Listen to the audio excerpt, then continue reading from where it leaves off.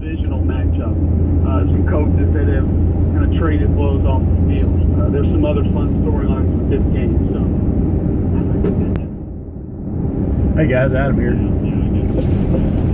Listen to a little bit of sports talk, and on the way home.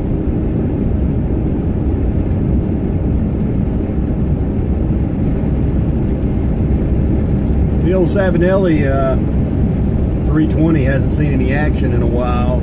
I saw Jay's video and thought, man, I need to get my 320 out and plunk a little backy in it. So this morning I had mixed up a tad of RLP6 that I had left from Eric, Bama Piper.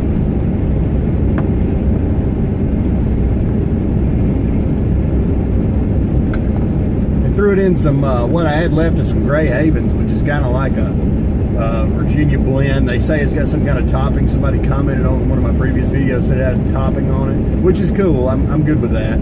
But I just threw the rest of the RLP6 in there just to see what it would do. I would say that the results aren't great, but, you know, whatever.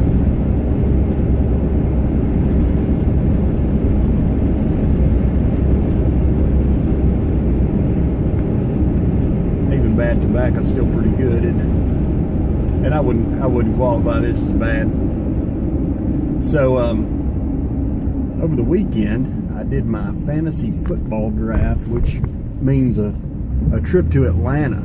It's what you might call a pretty serious fantasy football league. I'm not a serious fantasy football player. As a matter of fact, I'm very much outclassed among my other league members.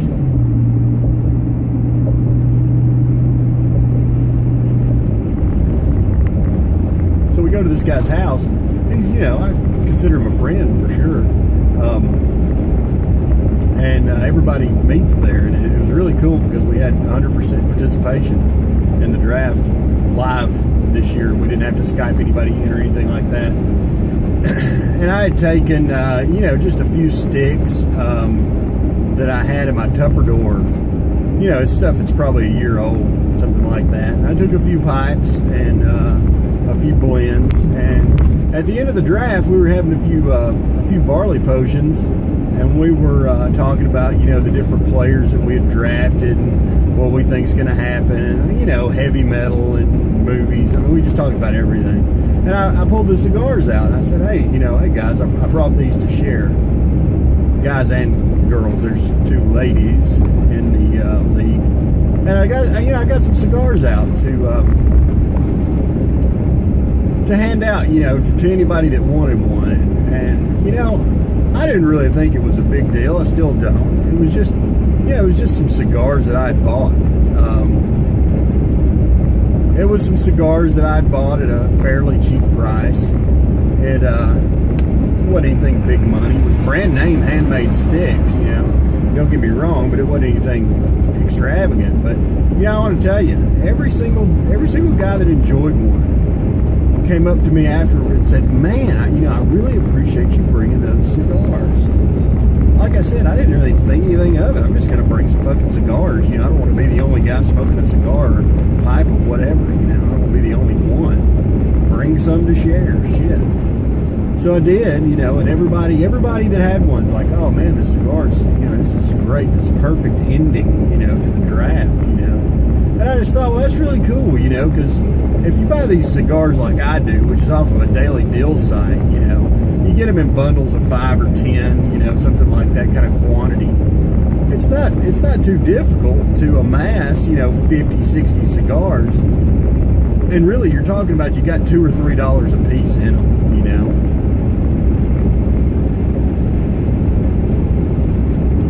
$2 or $3 a piece. I mean, that's like the equivalent of bringing over a 12-pack of premium beer, you know.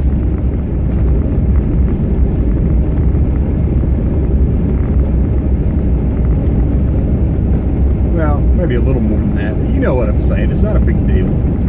So I've decided, you know, that's going to be something that I do every year.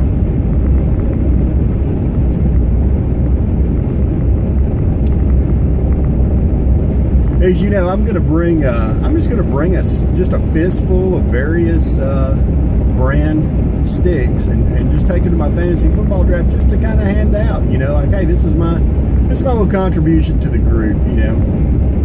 One of the guys in our group is an attorney, and you know, it's almost like they pull these attorneys aside in law school. Maybe they have a class for this or something. They teach these guys, you know, you got to drink scotch. You're going to be an attorney. You got to learn to drink scotch. Maybe Pipe Lawyer's watching. Maybe he can comment on that. What the technical reason that all the attorneys like to drink their fancy scotches. So one of the league members is an attorney, and he had brought himself a bottle, of which he would have gladly shared with anyone who wanted it. And you know, the old pairing of the cigar and the glass of scotch is so classic, you know. And he was sitting there with the scotch and the gar, and he was I could just tell he was really loving it. And afterwards he came up and he said, "Man, you know, I really enjoyed that. It just they just went great together, you know." So that's kind of be my thing. I think when I'm able to make it to the draft, I don't have to phone it in. I'm going to take a bundle of sticks. So, you know, just another way that tobacco brings people together. Speaking of bringing people together, I'd like to thank everybody that watches my videos. I just sort of put stuff out there. You know, sometimes it's a drive home, sometimes I'm out on the patio, sometimes I'm downstairs in the man lounge. I mean, it could be, you know, but you know, the theme is the same. I'm just kind of rambling with some stuff that's on my mind, and I appreciate all you guys that listen, and because you know, there ain't a whole lot to watch, but you know, one of my viewers and one of my friends is Kirk Wickheiser of Kirk Wickheiser Art, and you know, he wants to talk to me sometimes at work, you know, about how he makes his videos and what he can do to get more views and things like that. And it's just casual conversation, you know, just you know, sort of chewing the fat a little bit on YouTube and how it works and how he can sort of get a larger viewership. And I told him, I said, you know, if you maybe want to put a little, this pipe is going out, by the way. I'm going to set her down. I said, you know, hey, you may want to put a little bit of a I don't know what you'd call it, maybe a little bit of a monologue or something like that at the front of your videos. You know, you may want to do a little talking to the camera and kind of tell people what you're doing. I said, because, you know, I love watching your paintings and watching the videos where you kind of, it's almost like a painting demonstration, like watch me paint, you know. And I love watching them, but I would like to know the bits and pieces that made up the paintings, like the painting's difficulty. Like, did you have specific difficulty getting one little piece right? Because, you know, when I'm watching him paint, it's almost like it's, you know, for a minute there, you know, it's like some obscure stuff going on with the canvas and the paints, and then all of a sudden, though, he drops like a highlight on it or a shadow on it, and it's like, oh wow, okay, I see it. Or maybe he brushes down a reflection on the water or something like that. I'm like, oh well, that's, you know, that's perfect. And then it all makes sense, and I think he's going to start doing that. I think he's going to add a little bit more production to his videos and try to gain a little bit more viewership and kind of almost reach out and maybe create or become a part of any existing like painting and artistic community. So I thought that was pretty cool. So I shouted him out a couple of videos ago, and I'm going to shout him out again, Kirk Wickheiser Art, and I'll put a link down below, and you guys should check it out. I'm looking forward to seeing his latest video, because he said he did do a little bit of talking to the camera, and I'm anxious. I want to see what he says, because you know, I know Kirk away from YouTube, and he always has something to say. So I'm gonna leave you guys with that, and hope the start of your work week was a good one.